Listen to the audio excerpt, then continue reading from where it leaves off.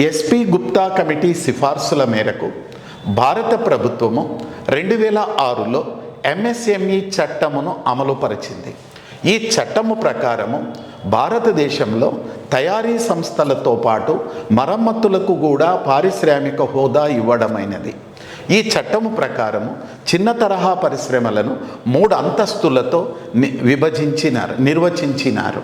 3 అంతస్తులంటే సూక్ష్మ పరిశ్రమలు, చిన్న తరహా పరిశ్రమలు, మధ్య తరహా పరిశ్రమలు.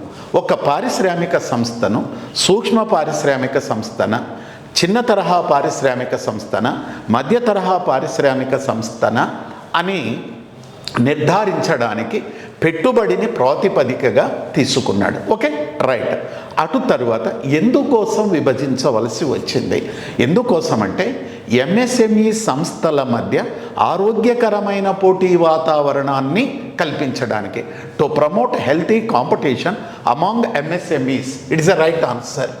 ఇది రైట్ ఆన్సర్ అండి. Ensuring timely credit to MSMEs. MSME సంస్థలకు సకాలంలో సంస్థాగత పరపతి సౌకర్యాలను అందించడం కోసం. It is also right answer అండి.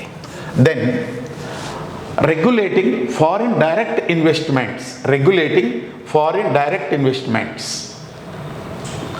అయితే ఈ విదేశీ మారకపు ద్రవ్యపు నిల్వలను నియంత్రించడం కోసం ఇది 1973లో ప్రకటించిన ఫెర్రా చట్టానికి సంబంధించినది, ఫారిన్ ఎక్స్చేంజ్ రెగ్యులేషన్ యాక్ట్కి సంబంధించినది. అందువల్ల థర్డ్ వన్ అనేది కరెక్ట్ కాదు. అందువల్ల ఇక్కడ ఏమడుగుతున్నాడంటే ఈ 3 స్టేట్మెంట్స్లో కరెక్ట్ స్టేట్మెంట్ ఏది అని అడుగుతున్నాడు. ఈ కరెక్ట్ స్టేట్మెంట్ ఆధారంగా చూస్తే then 1 and 2 are right statements. Okay, 2 and 3. 2 is the right statement, 3 is not right.